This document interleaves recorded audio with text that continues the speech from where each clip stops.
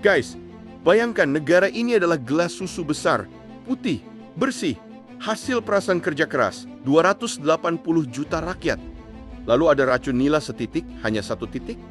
Tapi efeknya, seluruh susu berubah menjadi air berbahaya yang bahkan kecoa pun mikir 2 kali untuk meminumnya. Nah, racun itu bukan cuma dari satu proyek. Dan Prabowo sekarang sedang memegang gelas susu itu. Pertanyaannya, beliau mau buang racunnya atau mau tutup hidung dan bilang, "Sudahlah, minum saja sedikit." Kereta cepat Jakarta-Bandung Wush awalnya digembar-gemborkan sebagai B2B, bukan B2G. Artinya bisnis antar perusahaan. Pemerintah, tenang.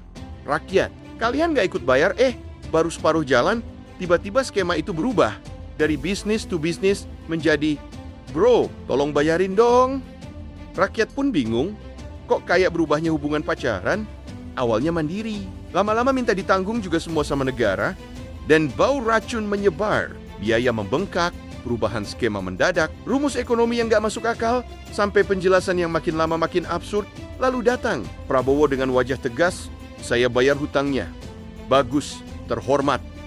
Tapi rakyat bertanya, racunnya kapan dibersihkan, Pak? Apa cuma gejalanya doang yang ditangani? Rakyat menghormati presiden baru yang berani mengambil tanggung jawab. Tapi negeri ini sedang menunggu sesuatu yang jauh lebih penting daripada sekedar bayar angka di Excel APBN, yaitu keberanian untuk membongkar racun di era sebelumnya. Karena kalau negara cuma membereskan hutangnya saja, tapi membiarkan oknum-oknum yang mungkin meneteskan racun itu berjalan santai sambil ngopi latte karamel di mall, itu sama saja seperti pasien kena racun, dokter cuma mengganti gelasnya. Racunnya dibiarkan tetap ada. Di Indonesia, kalau ada korupsi, semua pejabat mendadak menjadi ahli parfum. Ada yang bilang, "Wah, baunya tidak terlalu parah kok." Ada yang bilang, "Bau ini sebenarnya wewangian pembangunan." Ada juga yang pura-pura pilek, padahal rakyat sudah pusing 7 keliling. "Ini racun, Pak, bukan minyak kayu putih." Dan Prabowo berdiri di tengah ruangan itu, kalau dia ikut-ikutan pakai parfum, selesai.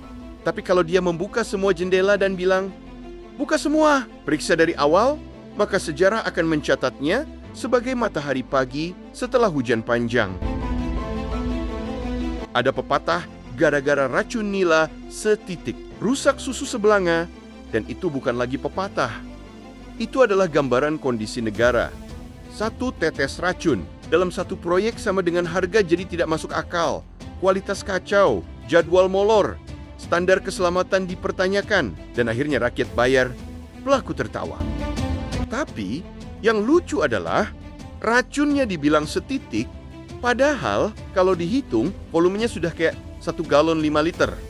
Dari Wush ke IKN, dari Bansos ke proyek-proyek lain, semua berpotensi ada titik-titik racun lainnya.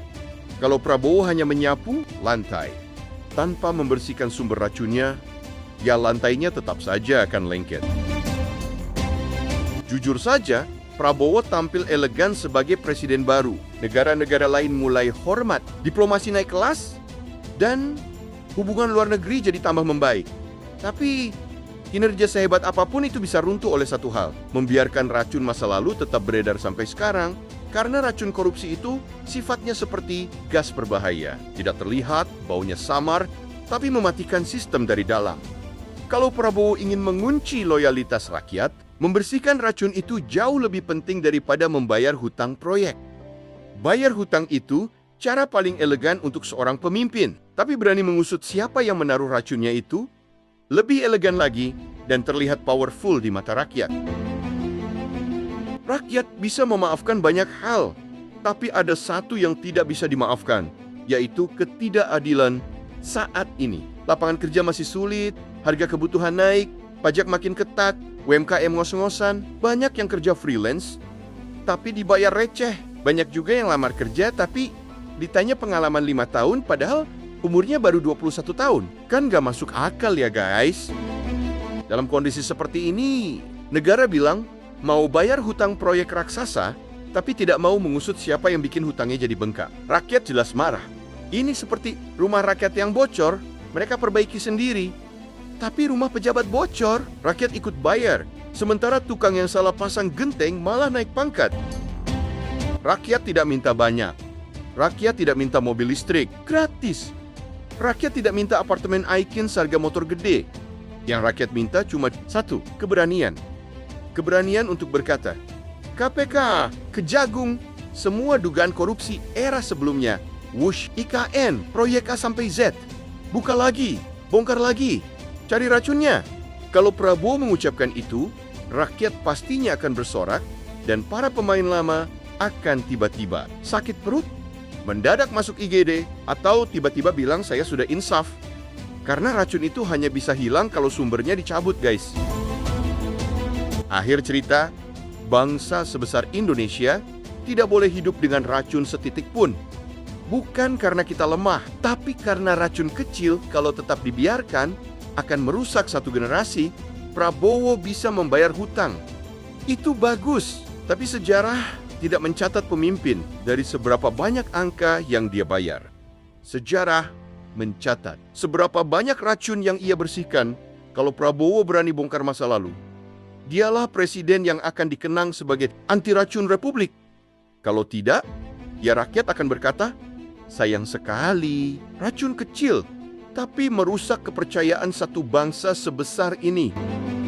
Jangan lupa like video ini, komen, share dan subscribe. Dukung channel ini untuk terus berkembang. Sampai jumpa di video berikutnya.